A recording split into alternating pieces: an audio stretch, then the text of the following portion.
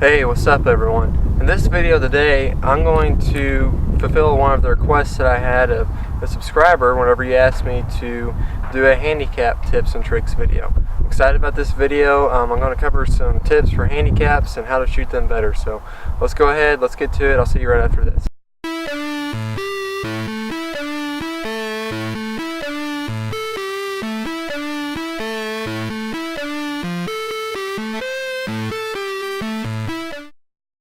Okay, so one thing about handicap shooting that is kind of tough to really put into context is just how far back the 27-yard line is. So I'm going to try to do that real quick.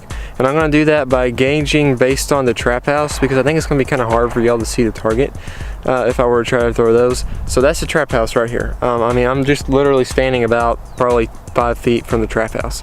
So now I'm going to go ahead and walk up to the 16-yard line. Now obviously the farther back you get, the harder it's going to get to break the target basically, or the more precise you're going to have to be. So this is the 16-yard line. You can see by looking over my shoulder there, that's a pretty big difference. Now I'm going to go ahead and let's go to about the 22-yard line. Okay, so that's where we're at now. Now once again, you're starting to see that trap field is getting smaller and smaller. And of course you're having to get more and more precise as we're keeping on going back. Now we're at the 25-yard line, still getting smaller. And now we're officially at the 27. So you can see the difference between being right beside or right behind the trap house and being at the 27-yard line is quite a bit.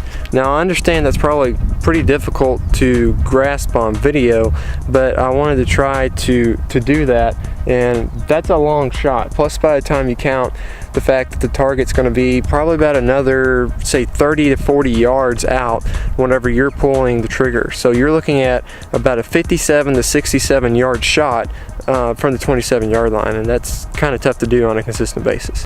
Alright, so the first thing that I want to talk about whenever it comes to handicap shooting is the difficulty level.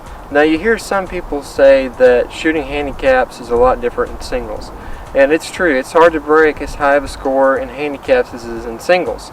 I don't think it's necessarily because the game of handicaps is that much harder. It's just because it's going to expose any faults in your actual shooting fundamentals that you have. So if you're a fundamentally sound shooter, you're going to be able to break really good handicap scores. Versus if you're somebody that's struggling in a couple of areas, you're really going to see that show up in your handicap routine. And it's going to be, you're going to see that more and more as you get further back. So whenever you get back to the 27-yard line, if you have any faults in your game, you're going to see them really quick, which is good in a way because it allows you the opportunity to really understand what you could be better at, and so you can work towards that end. So keep in mind, first of all, of handicaps, is if you're a long yardage shooter, if you're new to long yardage, it's probably going to be a little bit of a learning curve. But it's not so much learning handicaps as it is learning how to shoot fundamentally sound on every single target. Because if you're not fundamentally sound on a handicap target from the 27-yard line, then chances are it's not going to break for sure. Another thing to keep in mind when you're shooting handicaps as compared to shooting singles is your hold point. So there's a really good chance you're probably going to have a little bit lower hold point in handicaps. Now what do I mean by hold point? The difference between where you have your gun pointed at and where you have in the trap house. So it's going to be the difference between the trap house and where you have your gun pointed at. You can see on your screen too that I have an orange target in my hand, and I have a lower hold point in handicaps. That's probably about where I keep my hold point at on general basis in handicaps. And now you're seeing where I keep it at in singles. And that's out of this club. Obviously it will kind of vary based on the conditions and the club that you're shooting at as well. So that's one particular thing to keep in mind whenever you're shooting handicaps. Another thing I want to talk about in shooting handicaps, and I believe this is one of the most key components of being a great handicap shooter, is keeping your head on the gun and making sure that you're pressing towards the target. Now I'll link in the description box 2 videos of mine that really go into detail as to how you can accomplish both of these things.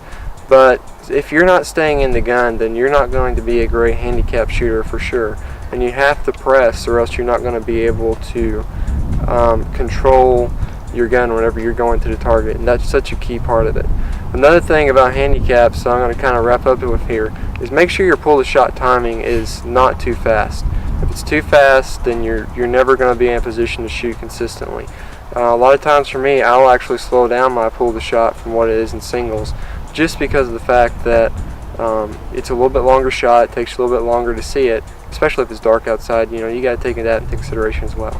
So thank you for watching today. Give us a thumbs up on the video if you liked it. Please subscribe to the channel if you haven't already. Thank you guys for watching. Go have a great rest of your day.